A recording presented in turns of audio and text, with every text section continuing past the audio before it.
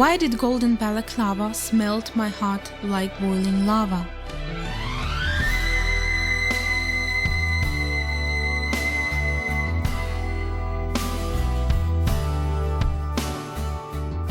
The amazingly beautiful 42-kilometer-long spaces of Balaklava, full of romantics and mysteries, stretch along the western part of the southern coast of Crimea.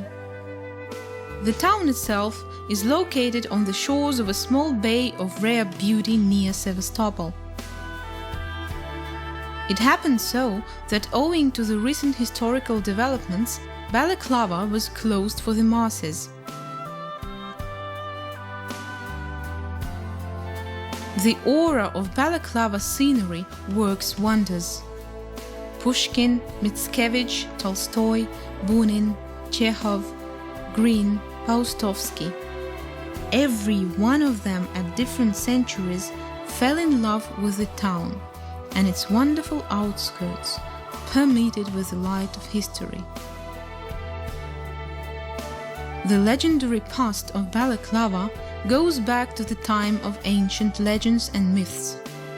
That was the time when the ship of Argonauts of ingenious Odysseus reached the shores of Taurida, and only then the magnificent harbor of the future town.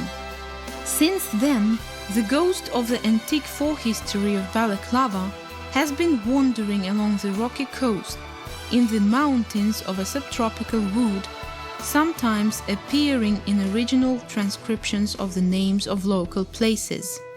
Cape Sarich, Velaspi Bay, Cape Aya. Here is the invisible boundary of Balaklava. Many of the present-day temples of Balaklava are related to the ancient and medieval past of Taurida in one way or another. The first Christian temples of Eastern Europe originated in the picturesque outskirts of Balaklava. According to a legend, the first Pope Clementus I died a martyr's death in the 1st century AD in Inkerman Kalamita, the northwestern border of the region of Balaklava. In different years, the town bore the names of Simbali, Yambala, Chembalo, Balakyuva, Balaklava, Little London, and again Balaklava, which translated from Turkish means a fish nest.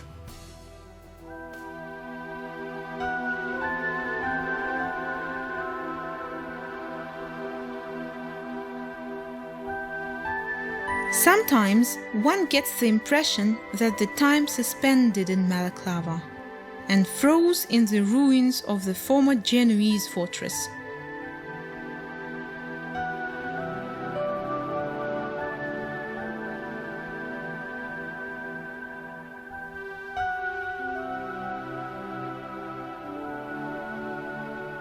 Over 500 years passed from the time of building of Genoese fortress Cembalo. Genoese doges, Mangub princes, the owners of Feodora, and Turkish sultans sank into oblivion.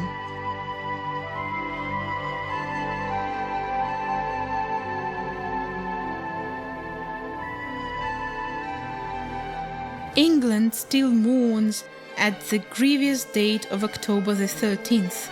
On that day, in the year 1854, the fields of Balaklava witnessed the death of the pick of the British Army.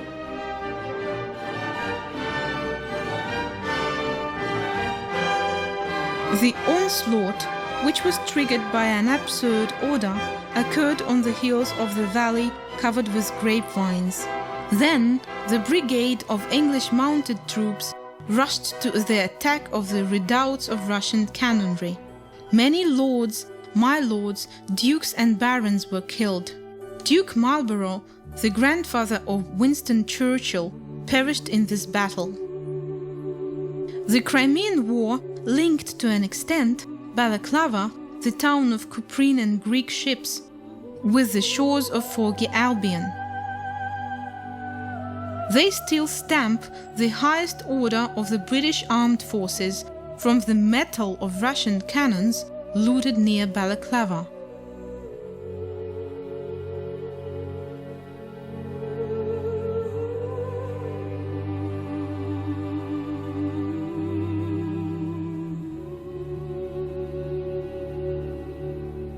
The echo of military fragments of history was silenced in the scenic memory of these glorious valleys and hills, and life, playing an incredible patience, scattered the mountains of epochs and nations, varying in time and importance.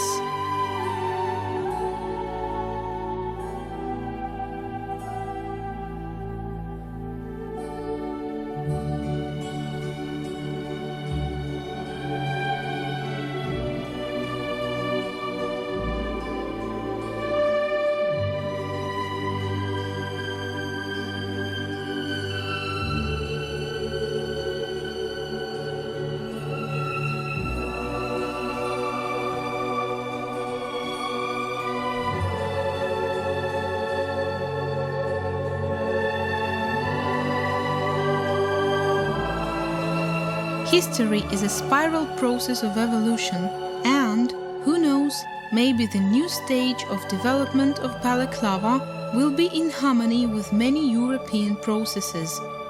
The trading routes of Europe might end in the Bay of Balaklava, bearing the symbolical names of Cimbalon, Cimbala, and Cembalo, as it was in the time of Italian Renaissance.